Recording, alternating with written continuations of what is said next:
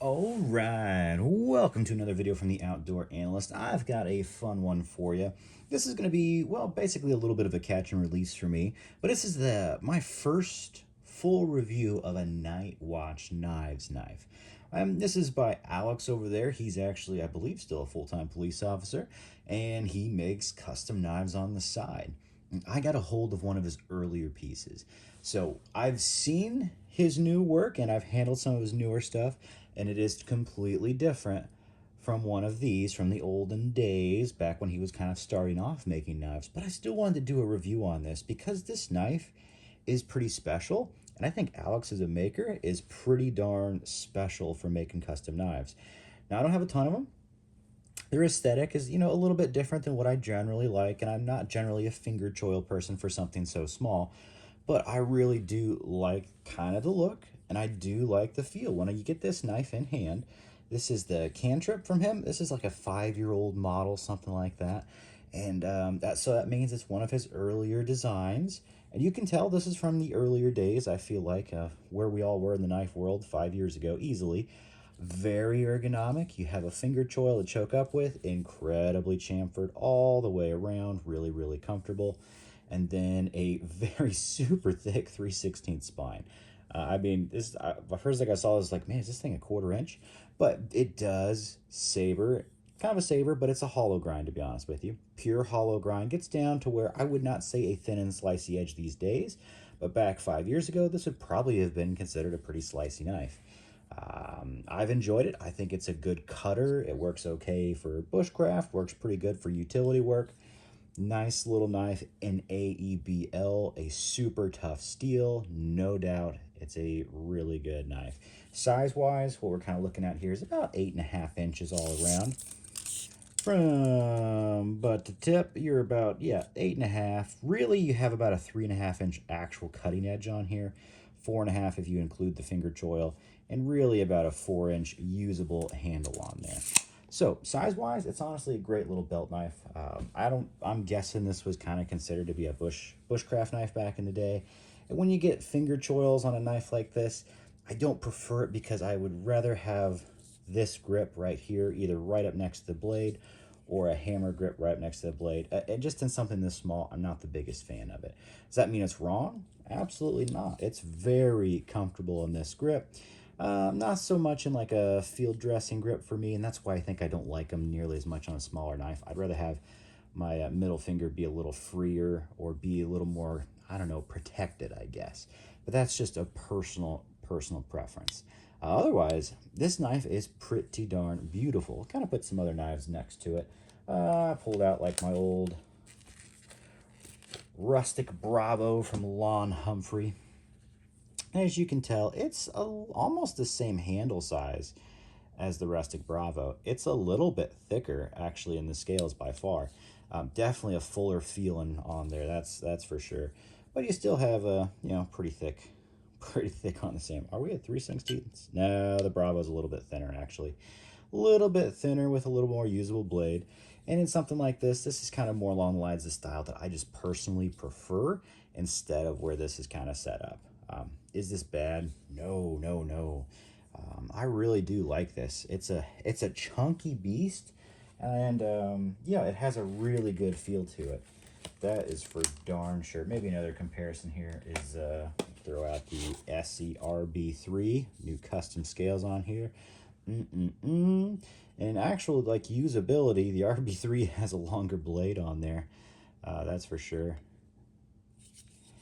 Handle wise, I prefer the RB3 now with the custom scales, but that's okay. That's just personal preference. I still really do think this is something special. And seeing this knife and feeling it does make me want to get some more of this stuff, to be honest with you. There's a few knives out there from Night Watch that I'm pretty excited about. Alex has got a really cool aesthetic. It's a cool feel. Definitely a nice looking knife all the way around. And we want to put one more out there. Sure, let's do like the Exodus knife and tool Jackalope. This baby's been getting some good use lately. And as you can see, an incredibly thin knife. Handle is honestly about this. You get a little more usable handle, I'd actually say, on the Jackalope because of where you can choke up to it too and still be on the handle scales. Even though it's a tiny knife, I still kind of have that preference. But being such a tiny knife, you actually still have a longer usable blade on the jackalope. So yeah, just an interesting comparison there. That's for darn sure. S35VN versus AEBL. I really do like AEBL quite a bit. It's an incredible steel. It might be one of my favorites, to be honest with you. Stainless, incredibly tough. Man, this knife is just ergonomic. Now, the hollow grind, I honestly probably would have preferred this to be a little bit slicier. And what I mean by that is, here's another really big hollow grind from a very good knife company.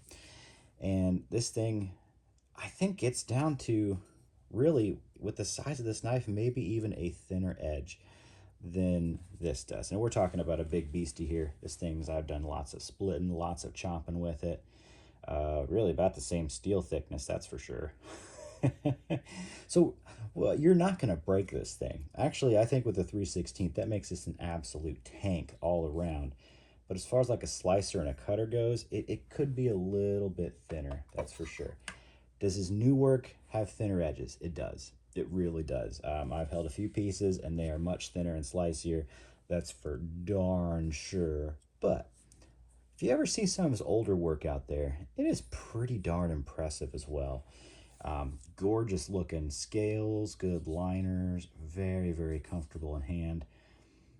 It is a fun little beastie, no doubt. How to do? Food prep, pretty darn well. It's a hollow grind. They slice very well.